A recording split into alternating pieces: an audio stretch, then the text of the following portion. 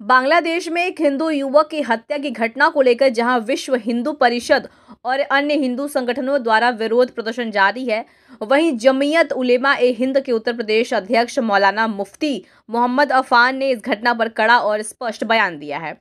मौलाना अफान ने कहा कि किसी भी निर्दोष व्यक्ति की हत्या बेहद अफसोसजनक और निंदनीय है। उन्होंने स्पष्ट किया कि इस्लाम में किसी निर्दोष इंसान की हत्या को गुनाहे अजीम माना गया है और यदि कोई मुसलमान ऐसा करता है तो इसे किसी भी हाल में बर्दाश्त नहीं किया जा सकता।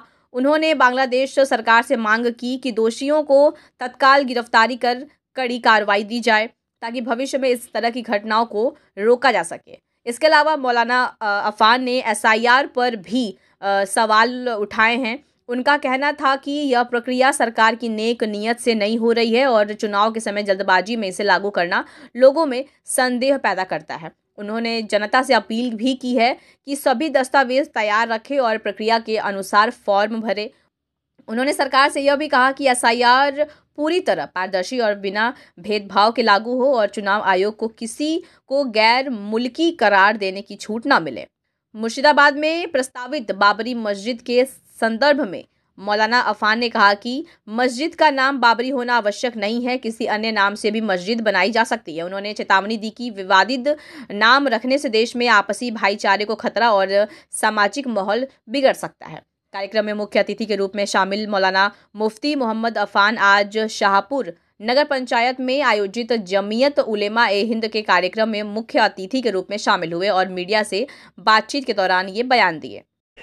एक गैर मुस्लिम के साथ लिंचिंग का मामला किया गया और एक शख्स को मार मार कर मौत के घाट उतार दिया गया, तो हम पुरजोर अल्फाज में इस अफसोसनाक वाक़े की मजम्मत करना अपनी जिम्मेदारी और फरीज़ा तस्वुर करते हैं और बांग्लादेशी हुकूमत के जिम्मेदारान से ये मुतालबा करते हैं कि मुजरिमीन को वह करार वाकई सजा दे। ऐसी इबरतनाक सजा ऐसे जुल्म जबर का मुजाहरा करने वालों को मिलनी चाहिए कि आइंदा किसी को इस तरह की हरकत करने का मौका न मिले।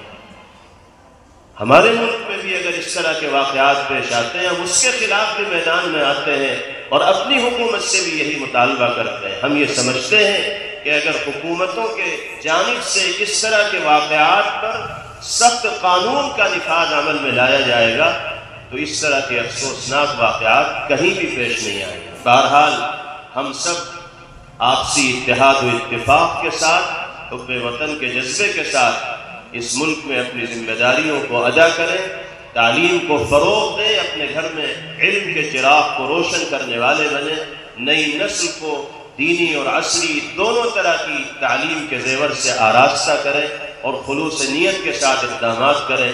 इंशाअल्लाह कामयाबियाँ हमारे कदम चूमेंगी। किस तरह का इजलास किया गया यहाँ पे, किस तरह? यह आज जमीयत उलमा ज़िला मुज़फ़्फ़रनगर की गवर्निंग बॉडी की मीटिंग थी। हर 3 महीने के बाद इसको किया जाता है। तो आज हमने अपने पूरे ज़िले के जो हमारे मेंबरान हैं उनको यहाँ बुलाया था। हज़रत मौलाना मुफ्ती मोहम्मद अफान साहब जो सदर हैं जमीयत उलमा सूबा उत्तर प्रदेश के, वो तशरीफ़ लाए थे। इसमें चंद तजावीज़ पास की गई हैं। बच्चों को और बच्चियों को तालीम से जोड़ने के लिए और बिलख़ुसूस दीनी तालीम से उनको वाबस्ता करने के लिए जगह जगह मकातिब का क़याम और ख़ास तौर से असरी उलूम के लिए, टेक्निकल एजुकेशन के लिए पूरे ज़िले में एक कमेटी की तश्कील दी गई है जो कोशिश करेगी कि इस तरह के इदारे कायम किए जाएँ जहाँ ख़ास तौर से मुसलमान बच्चों की तालीम का इंतज़ाम हो। 11 तजावीज़ पास की गई हैं जिनमें सद्भावना संसद का कायम करना है, मुल्क में बढ़ती हुई मुनाफरत उसको रोकने के लिए हम तमाम तबक़ात को, तमाम मज़ाहिब के लोगों को बार बार एक प्लेटफार्म पर लाकर ये कोशिश करेंगे कि बाहमी रब्त हो, मुल्क में अमन व सलामती हो और लोग एक दूसरे के करीब आएँ और एक दूसरे को समझने की कोशिश करें। एक ऐप भी लॉन्च की गई है। एक ऐप जिसका लॉन्च किया है वो मदारिस के हिसाब اور مدارس کی جو ضروریات ہے اس کو ڈیجیٹل کرنے کے لیے اس کا لانچ کیا گیا ہے. وہ مدارس کی جس طرح کے اب تقاضے ہیں تو اس وقت میں وہ مدارس کی ضرورت ہے. تو اس لیے مدارس اسلامیہ کے جو ذمہ داران ہیں ان کو اس طرح متوجہ کیا گیا ہے کہ وہ اپنی آسانی کے لیے اس کو سمجھیں اور آئندہ اس سے جڑنے کی کوشش کریں. شاہپور میں مجلس اس کے اندر انوگریشن بھی کیا گیا ہے.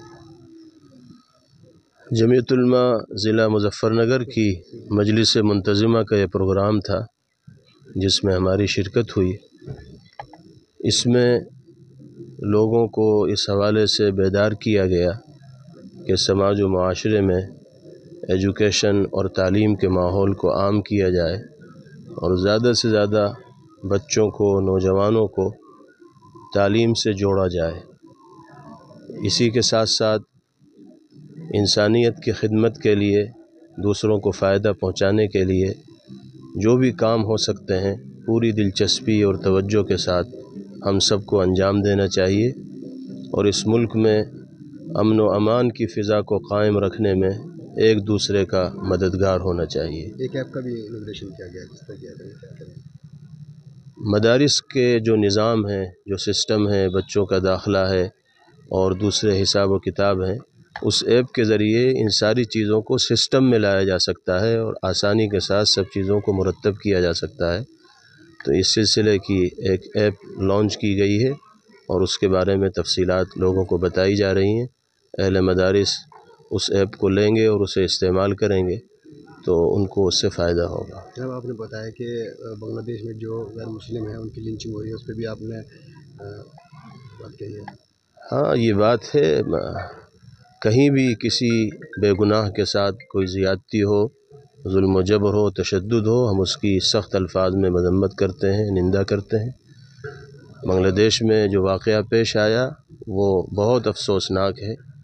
کوئی مسلمان اس طرح کی حرکت کرے اس کو گوارا نہیں کیا جا سکتا، برداشت نہیں کیا جا سکتا.